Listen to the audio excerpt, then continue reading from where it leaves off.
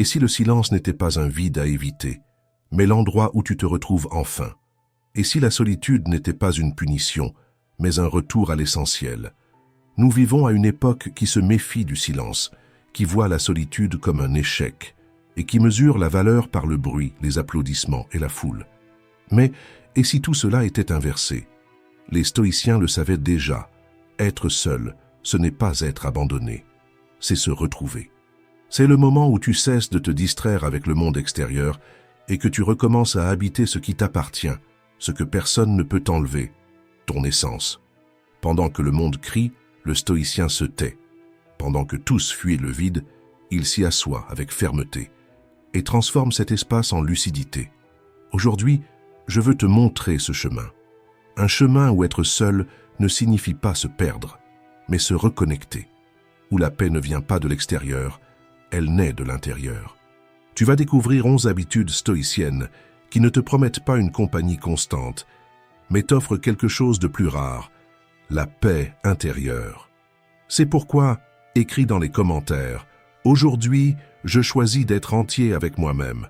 Je suis stoïcien. » Cette phrase est le début d'une nouvelle relation avec toi-même. Et avant de commencer, je te demande seulement 2 choses. Aime cette vidéo et abonne-toi à la chaîne. Cela aide ce contenu à aller plus loin. 1. Accueille la solitude. Elle ne t'éloigne pas, elle te ramène à toi-même. Et si la solitude que tu ressens n'était pas une absence, mais un rendez-vous, pas avec les autres, ni avec le passé, mais avec toi-même, avec cette part oubliée, enfouie sous les bruits, les obligations et les rôles que tu as appris à jouer. La solitude fait peur, non parce qu'elle menace, mais parce qu'elle fait taire le monde extérieur et fait hurler le monde intérieur. Et quand tout se tait, il ne reste que toi, sans masque, sans distraction, face au miroir le plus honnête qui soit. Et là, une question surgit. Vis-tu ta vérité ou joues-tu un rôle pour entrer dans la vie des autres? Pendant longtemps, j'ai fui ce miroir. Je me suis caché dans les engagements, les distractions, les relations qui anesthésiaient le vide pendant quelques instants. Je croyais qu'en occupant mon esprit, mon cœur se tairait. Mais le cœur trouve toujours un moyen de se faire entendre. Jusqu'au jour où le monde s'est arrêté, les voix ont disparu et je suis resté seul. C'est dans ce silence que je me suis réellement écouté, pour la première fois depuis des années. Ça a fait mal, mais c'était le début de tout, car la solitude, lorsqu'elle est accueillie, n'est pas un châtiment. C'est un temple, un lieu où tu n'as pas à te justifier, ni à t'adapter. Là, tu peux arrêter de sourire quand tu veux pleurer. Arrêter de dire oui quand au fond tout en toi crie non. C'est sur ce sol silencieux que surgissent les bonnes questions. Combien de tes choix t'appartiennent vraiment? Et combien ne sont que l'écho de ce qu'on attendait de toi? Dans la solitude honnête, tu peux toucher tes blessures sans te cacher, ressentir la tristesse sans craindre de paraître faible et t'aimer sans demander la permission. Épictète disait « Ce ne sont pas les événements qui nous blessent, mais la manière dont nous les interprétons.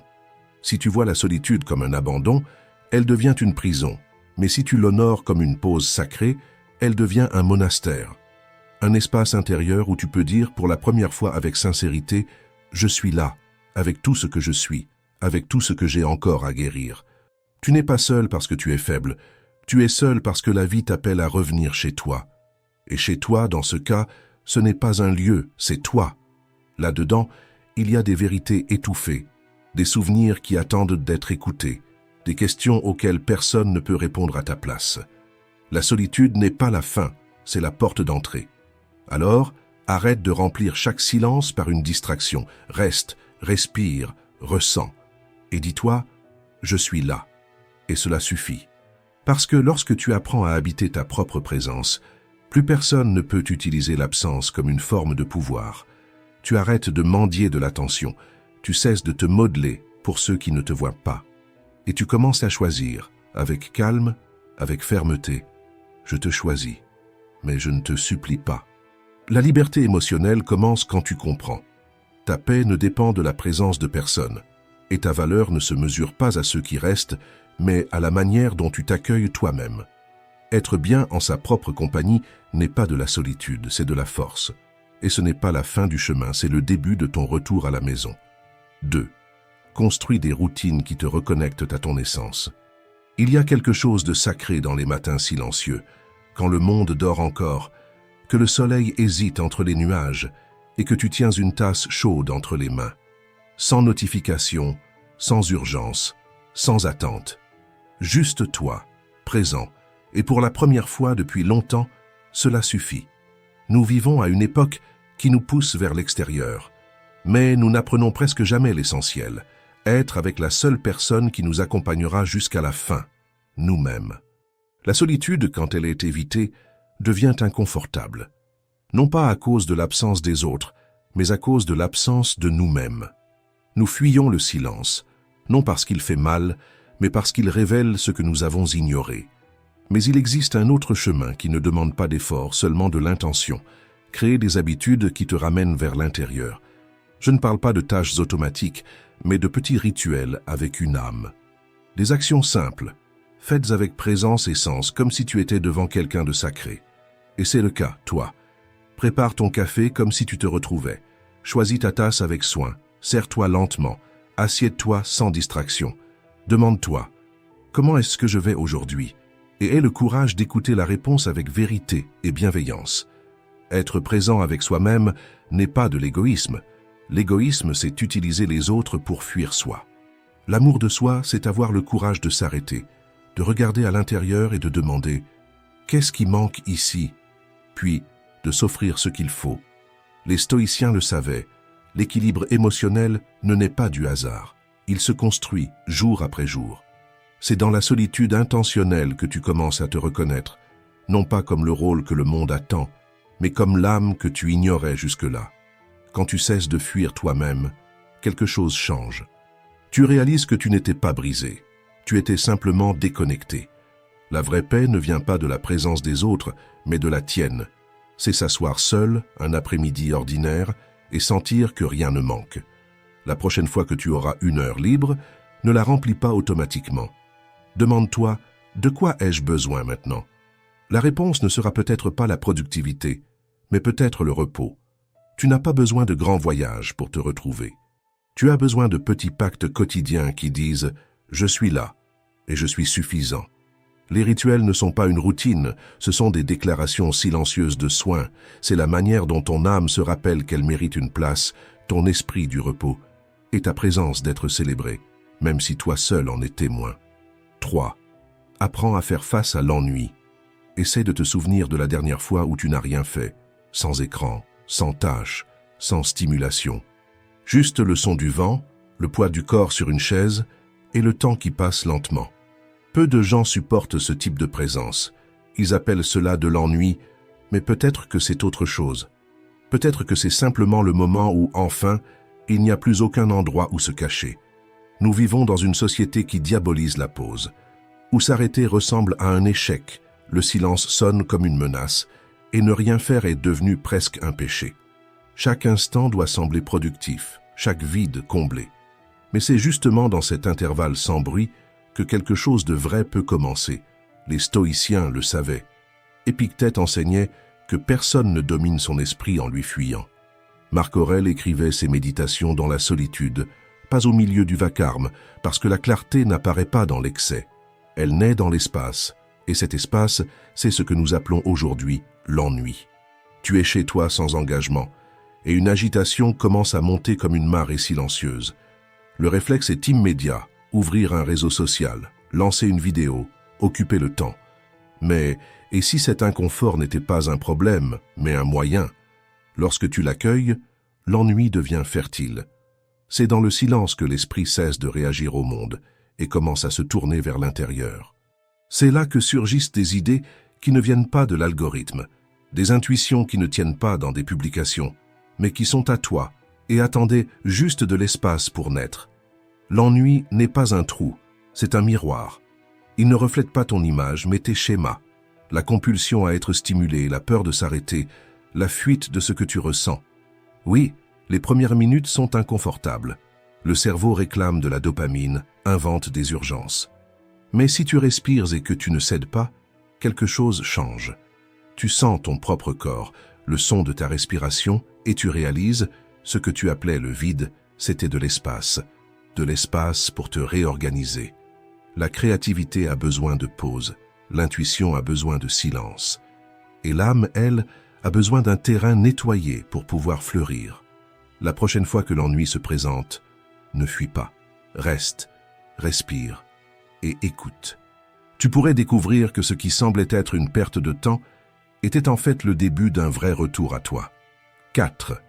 Ressens tes émotions sans essayer de les effacer.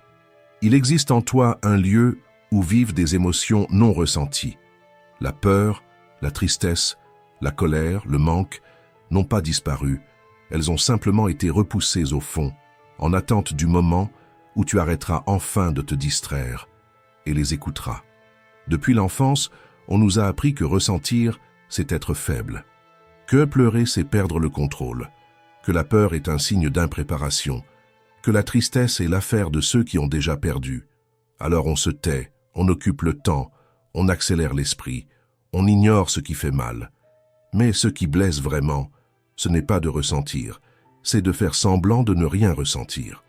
Le courage ne consiste pas à résister à l'émotion, mais à l'habiter, à lui permettre de venir, de parler et de repartir. La tristesse n'est pas ton ennemi, la peur n'est pas un défaut. Ce sont des messages du corps et de l'âme qui demandent de l'espace. Lorsque tu les nies, elles deviennent anxiété, sabotage, décisions impulsives. Le point de bascule arrive quand tu t'arrêtes, quand tu laisses le silence s'approcher. Et dans ce silence, tu te rends compte que tu ne t'effondres pas, tu es en train d'être reconstruit. Les stoïciens ne cherchaient pas à devenir des pierres émotionnelles, ils cherchaient la clarté. Épictète et Marc Aurèle ne niennent pas la douleur, ils l'utilisaient comme boussole. La tristesse peut te montrer ce qui doit être guéri, la peur révèle ce que tu valorises, la colère indique où tes limites sont en train d'être franchies. Ignorer cela, c'est comme éteindre l'alarme et continuer à dormir. Mais si tu écoutes, tout change. La douleur accomplira sa mission et s'en ira. Non pas parce qu'elle a été vaincue, mais parce qu'elle a été comprise.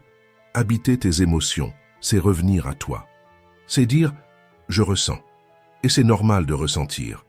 C'est là, dans cet espace de présence et d'acceptation, qu'une nouvelle force naît. Pas la force de celui qui refoule, mais celle de celui qui reste entier, même au cœur de la tempête. 5. Crée un espace où ta créativité peut circuler. Il existe des fatigues que le sommeil ne résout pas. Des fatigues de l'âme, de sentiments non exprimés, de pensées qui s'accumulent sans issue. Parfois, tu es immobile à l'extérieur, mais à l'intérieur, tu as déjà couru des kilomètres en essayant de fuir toi-même. Il arrive un moment où même le silence commence à faire mal. C'est là qu'intervient la création, non pas comme production, mais comme traduction. Créer, c'est permettre à quelque chose en toi de parler, même quand cela n'a pas encore de mots. La créativité n'est pas un don rare, c'est un besoin humain. Dès l'enfance, nous savions inventer, dessiner, chanter, jusqu'à ce qu'on nous apprenne à nous taire. On nous disait que ce n'était pas bon, que ce n'était pas de l'art, que cela ne servait à rien, et peu à peu, nous avons éteint cette voix qui créait juste pour respirer. Mais elle est toujours là, dans le désir d'écrire juste pour s'écouter, de gribouiller sans rien montrer à personne, de danser sans technique, simplement pour exister. Créer, c'est ouvrir une fenêtre à l'intérieur de soi, non pas pour montrer au monde ce que l'on ressent, mais pour se voir soi-même avec plus de clarté. Tu n'as pas besoin de public, tu as besoin de permission. Quand la logique échoue, quand les conseils ne suffisent plus, la création devient ce refuge silencieux où la douleur prend forme et où le ressenti trouve un soulagement. Il ne s'agit pas de devenir artiste, il s'agit de redevenir entier. Il y a des douleurs qui ne se guérissent pas par des explications, mais par la couleur. Il y a des émotions qui ne se calment que lorsqu'elles prennent forme. Crée quand tu es fatigué. Crée quand tu es confus. Crée quand tout semble trop. Parce que plus tu crées à partir de ce que tu ressens, plus tu te comprends, plus tu t'accueilles, plus tu te libères. La création la plus authentique ne naît pas de la technique. Elle naît de l'émotion. Et quand elle s'exprime, tu n'as pas besoin de tout comprendre, car tu as déjà commencé à guérir. Aujourd'hui, reviens. Reviens au cahier oublié, à la chanson abandonnée, au geste sincère qui, un jour, t'a rendu ton souffle. Crée, simplement. 6. Apprends à te sentir en paix dans le silence. Il existe un moment rare où le monde crie encore, mais tu choisis de ne pas répondre. Non pas parce que le bruit a cessé, mais parce que pour la première fois tu commences à entendre quelque chose de plus profond, toi-même. Nous vivons entourés de bruit, non seulement extérieur, mais aussi intérieur. Pensées rapides, autocritique constante, futurs imaginés qui volent le présent. On nous a appris à réagir, jamais à faire une pause. On nous a appris à parler, jamais à écouter. C'est pourquoi le silence fait peur, parce qu'il ne donne pas de réponse, il pose des questions. De quoi fuis-tu? Pourquoi tant de mouvements? Ou qu'est-ce qui en toi reste encore non dit? Le silence n'est pas un vide, c'est un miroir. Et, dans ce miroir, on ne peut pas tricher. C'est pour cela que tant de gens l'évitent, mais c'est justement dans cet inconfort que commence la transformation. Le vrai silence n'est pas seulement une absence, il devient une présence totale. Marc Aurèle écrivait ses méditations en silence, comme s'il chuchotait à lui-même. Épictète disait « Celui qui ne peut pas être seul est en guerre contre lui-même ». Pour les stoïciens, le silence n'était pas de l'isolement, c'était une forme de discipline. Et aujourd'hui, cette discipline est devenue une nécessité. Nous avons perdu la capacité de nous arrêter.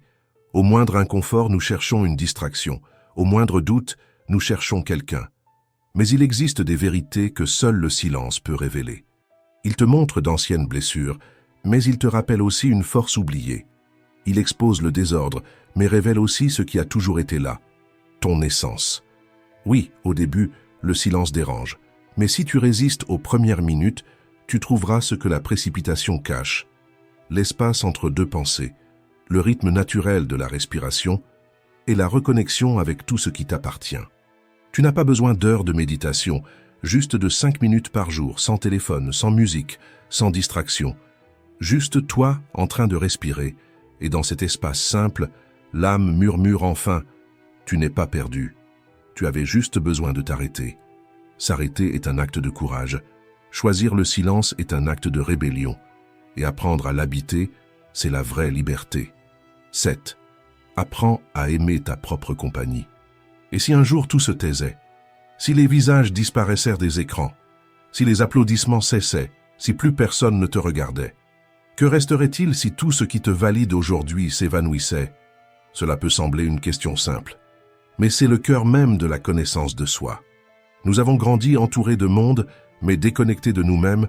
On nous a appris que la solitude est un échec, et alors, nous avons commencé à courir, pour entrer dans le moule, pour plaire, pour être remarqués. Mais personne ne nous a appris quoi faire quand tout devient silence. La solitude ne fait pas mal, parce qu'il manque des gens. Elle fait mal, parce qu'il manque une présence intérieure. Et c'est le miroir que nous évitons le plus, sans distraction, sans filtre. Ce qui apparaît, c'est ce qui a toujours été là. Doute, manque, mais aussi notre vérité la plus pure. Pendant longtemps, j'ai cru que ma valeur résidait dans le fait d'être recherché. S'il y avait des messages, des invitations, de l'attention, alors j'existais. Mais il suffisait d'un après-midi sans projet pour que l'inconfort surgisse. Non pas à cause de l'absence des autres, mais à cause de l'absence de moi-même. Les stoïciens enseignaient que la véritable force réside dans l'autosuffisance, pas dans l'isolement, mais dans la liberté. Marc Aurèle disait « Celui qui se suffit à lui-même est invincible ». Parce que celui qui est en paix avec lui-même ne se perd pas, même quand il est seul. Comment y parvenir? Avec de petits gestes de reconnexion, planifier une journée pour soi, cuisiner pour soi comme on le ferait pour quelqu'un qu'on aime, chanter sans public, écrire sans penser à publier. Au début, cela paraît étrange, car on nous a formés à performer, pas à habiter. Mais insiste, car peu à peu le silence devient un soulagement, et la solitude devient un espace. Et dans cet espace, tu émerges. La compagnie qui manquait a toujours été là, à l'intérieur. Être ta meilleure compagnie, ce n'est pas rejeter les relations. C'est apprendre à les choisir avec plus de vérité. Ne pas entrer dans une relation par manque, mais par envie. Ne pas dire « reste » par peur du vide, mais par désir réel de présence. C'est pouvoir regarder quelqu'un dans les yeux et dire avec légèreté « je te choisis, mais si tu pars, je reste ». C'est ça, la liberté de celui qui se possède. Épictète disait « La liberté consiste à se suffire à soi-même ». Parce que la validation extérieure est volatile. Aujourd'hui on t'applaudit, demain on t'oublie. Mais la relation que tu construis avec toi-même, celle-là reste jusqu'à la fin. Si tu ne t'écoutes pas, ne te respectes pas, ne te veux pas, tout ce qui viendra de l'extérieur ne sera que des miettes. Mais si tu te trouves, t'habites, t'accueilles, alors tout ce qui vient de l'extérieur sera un bonus, jamais une nécessité. Être ta meilleure compagnie, c'est cesser de mendier à l'extérieur ce qui ne peut être construit qu'à l'intérieur. C'est savoir que tu es déjà né entier et que maintenant, tu es simplement en train de t'en souvenir. 8. Aie le courage de dire non quand c'est nécessaire. Il existe une paix qui ne se conquiert ni par la méditation, ni par des week-ends tranquilles, c'est la paix de celui qui a appris à protéger son propre territoire émotionnel. De celui qui a compris qu'aimer, ce n'est pas s'abandonner. Qu'être disponible pour tout le monde, c'est souvent une manière subtile d'être absent de soi. Apprendre à dire non est un acte de courage intime parce qu'on nous a enseigné le contraire, que pour être bon, il faut être toujours accessible, que pour être aimé, il ne faut jamais décevoir, et que refuser une invitation, ne pas répondre à un message ou annuler un plan, c'est du pur égoïsme. Et ainsi, nous cédons. Nous accumulons des relations qui nous vident, des conversations qui ne nourrissent pas, des présences qui occupent, mais n'ajoutent rien. Pendant longtemps, moi aussi, j'ai cru qu'imposer des limites, c'était être froid. Alors je disais « oui ». Même épuisé, même mal à l'aise, je répondais à des messages que je n'avais pas envie de lire, je maintenais des liens par culpabilité, pas par envie. Et cela me rongeait de l'intérieur. J'ai confondu générosité et abandon de soi, empathie et soumission, jusqu'à ce que le corps commence à parler. Fatigue, irritation, apathie. Ce n'était pas un épuisement physique, c'était l'absence de frontières. C'est alors que j'ai compris. Dire non ne repousse pas les autres, cela te rapproche de toi-même.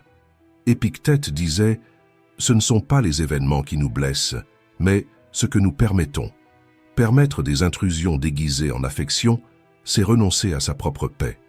Il ne s'agit pas de tourner le dos au monde, mais de choisir en pleine conscience. Qui respecte ton rythme et qui exige ta présence comme si c'était un droit. Toute compagnie n'est pas une vraie compagnie. Parfois, être avec quelqu'un est la forme la plus subtile de solitude. Combien de fois as-tu toléré des plaisanteries blessantes, juste pour ne pas paraître trop sensible? Combien de fois as-tu dit « oui » pour maintenir une image? Et combien de fois t'es-tu tu alors que tu voulais partir?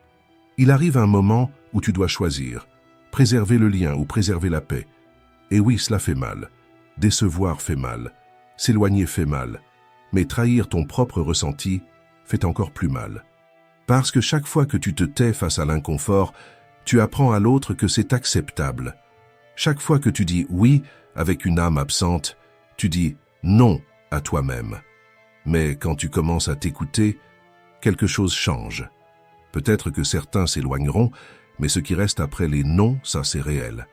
J'ai perdu des liens, mais j'ai gagné du temps, de la clarté, et surtout, j'ai retrouvé mon propre rythme. J'ai découvert que le silence n'est pas vide, c'est une réorganisation, que je n'ai pas besoin de remplir chaque heure de présence et qu'il y a de la valeur à être seul et entier. Et si aujourd'hui tu te sens coupable de désirer de la distance, sache que tu as le droit de te protéger. Tu peux te retirer, tu peux te prioriser, tu peux te choisir.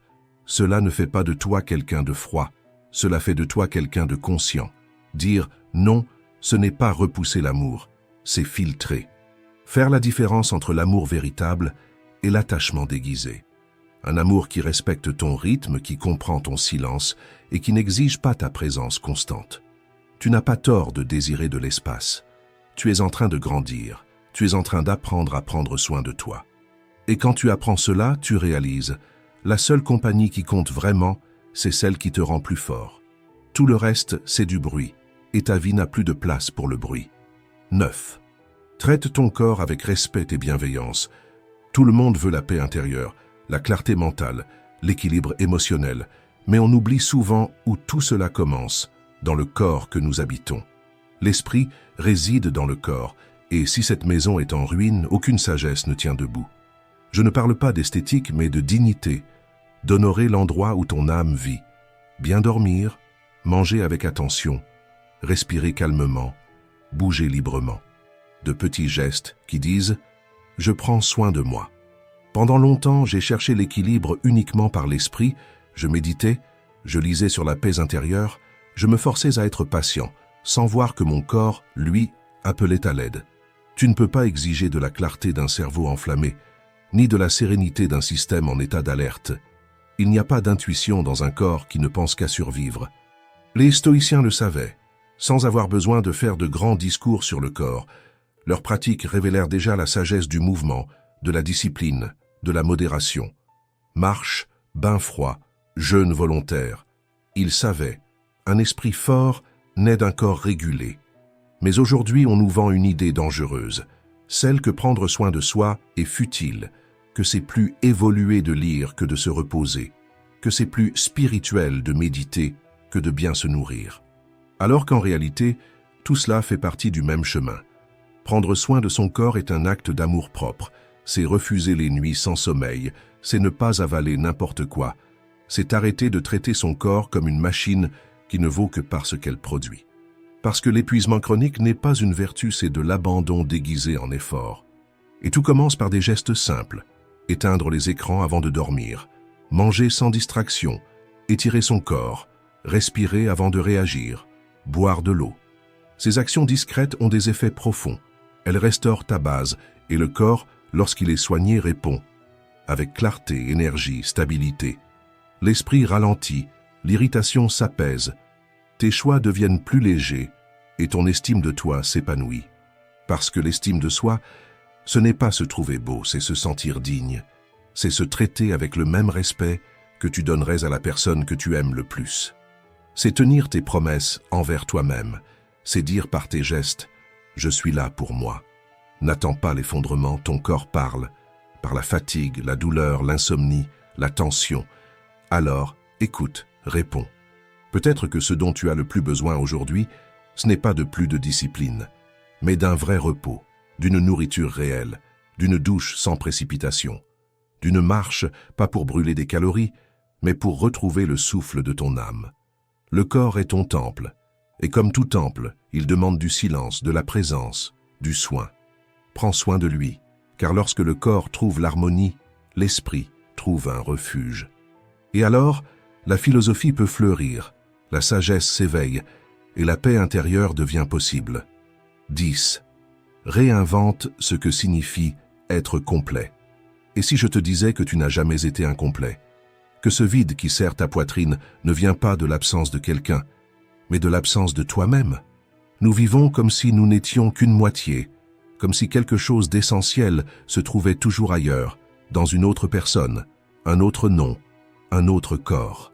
On nous a appris à chercher la paix dans les mains de quelqu'un d'autre, à croire que nous ne serons entiers que lorsque nous serons choisis. Mais cette idée est une prison déguisée en poésie. La moitié d'orange est un joli mensonge, mais cela reste un mensonge. Il n'existe pas de moitié d'âme ni de fragment de valeur. Il existe en revanche une culture qui romantise le manque, qui appelle attachement de l'amour et qui enseigne que la solitude est un échec. Mais le véritable amour ne naît pas du manque, il naît de l'abondance. Être complet, ce n'est pas ne jamais avoir besoin de personne, c'est ne dépendre de personne pour rester entier. C'est pouvoir choisir quelqu'un, non pas pour fuir le silence, mais pour partager ce qui déborde déjà. Pendant longtemps, moi aussi, j'ai attendu, j'ai cru que quelqu'un viendrait combler les espaces que j'évitais de regarder. Et pendant un temps, n'importe quelle présence faisait l'affaire, n'importe quelle miette devenait un soulagement, mais quand l'autre s'en va, il ne reste plus que toi. Et là vient la question. Qui es-tu quand il n'y a plus personne autour? La réponse ne se trouve pas dans les likes, dans les messages, dans les rendez-vous. Elle vit dans le silence entre deux engagements, dans la nuit où il n'y a plus de distraction et où tu te retrouves face à face avec l'absence. Soit tu fuis, soit tu te trouves. Transformer ton idée de complétude commence ici. Tu n'as pas besoin d'être choisi pour avoir de la valeur. Tu n'as pas besoin de compagnie pour mériter l'amour. Tu n'as pas besoin de public pour te sentir entier. Tu as besoin de te voir vraiment. Sans jouer un rôle, sans masque, sans attendre de validation. Ça, c'est la maturité. Quelqu'un qui s'aime ne mendie pas, ne s'annule pas, ne tolère pas ce qui blesse juste pour ne pas rester seul. Quelqu'un qui s'aime choisit, avec liberté, vérité et calme. Et le plus beau, quelqu'un de complet attire la même chose. Il n'y a pas de danse plus puissante que celle de deux êtres entiers qui se rencontrent et marchent côte à côte, non pas par besoin, mais par choix. L'amour ne vient pas pour te sauver, il vient pour marcher à tes côtés. Et quand tu te découvres entier, tout change. Tu cesses de mendier la présence, tu cesses de te perdre juste pour t'adapter et tu commences à aimer avec courage, à t'éloigner avec paix, à choisir avec clarté. Ta complétude devient ta protection. Et quand tu regardes dans le miroir, tu ne vois plus un morceau qui attend d'être sauvé, mais quelqu'un qui, malgré ses failles et ses cicatrices, a appris à se suffire à lui-même. 11. Libère-toi de la peur de décevoir les autres.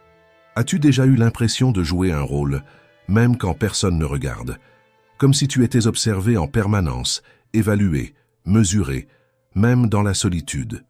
C'est le poids invisible de vouloir plaire. Il ne crie pas, mais il épuise ton énergie, peu à peu.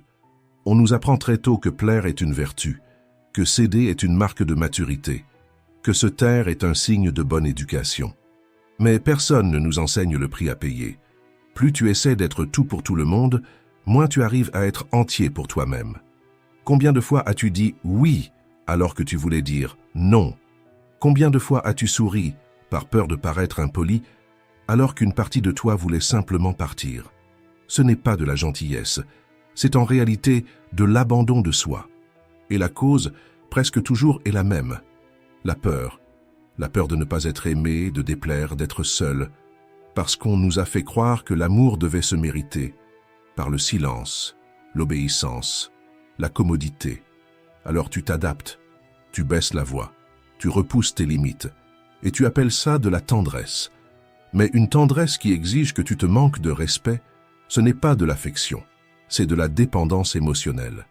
Les stoïciens nous rappellent que la vraie liberté commence quand on cesse de vivre pour les attentes extérieures et qu'on commence à agir selon nos principes. Être fidèle à soi-même n'est pas de la dureté, c'est de l'intégrité. Oui, tu vas décevoir des gens, entendre des critiques, rompre certains liens, être mal compris. Mais c'est dans cet inconfort que naît l'authenticité. Parce que chaque fois que tu choisis de te respecter, le monde autour de toi se réorganise. Certaines personnes s'éloignent et d'autres, tout simplement, se révèlent. De cette décision naissent des connexions plus légères, plus sincères, des relations où tu peux respirer sans faire semblant. Cela peut sembler risqué d'être vrai, mais le plus grand risque, c'est de te perdre toi-même au nom de liens fragiles. La véritable solitude, ce n'est pas d'être seul, c'est de vivre entouré de gens qui ne t'acceptent que lorsque tu t'annules. Apprendre à dire non sans culpabilité est un processus. Au début, le cœur s'emballe, l'esprit t'accuse, mais ensuite, une nouvelle force naît, celle de celui qui ne demande plus la permission d'exister. Tu n'es pas ici pour porter l'image que les autres ont projetée de toi. Tu es ici pour être entier, même si cela dérange, même si cela brise des illusions, parce que ceux qui t'aiment vraiment ne t'abandonneront pas à cause de ta vérité. Ils respecteront tes noms, comprendront tes silences, soutiendront tes limites. Et ceux qui ne savent pas faire face à ton authenticité, peut-être ne t'ont-ils jamais vraiment aimé, seulement la version de toi qu'ils espéraient. Le monde continuera d'exiger, mais toi, tu n'as plus besoin de te livrer par peur. Tu peux choisir d'être clair, ferme, sincère, même si cela dérange. Parce qu'au fond, il ne s'agit pas de plaire, il s'agit d'honorer qui tu es vraiment. Si tu es arrivé jusqu'ici, commente quel comportement t'a le plus touché et lequel tu veux emmener avec toi dans ta vie. Et si tu n'es pas encore abonné, s'il te plaît, aime et partage. Merci d'avoir regardé.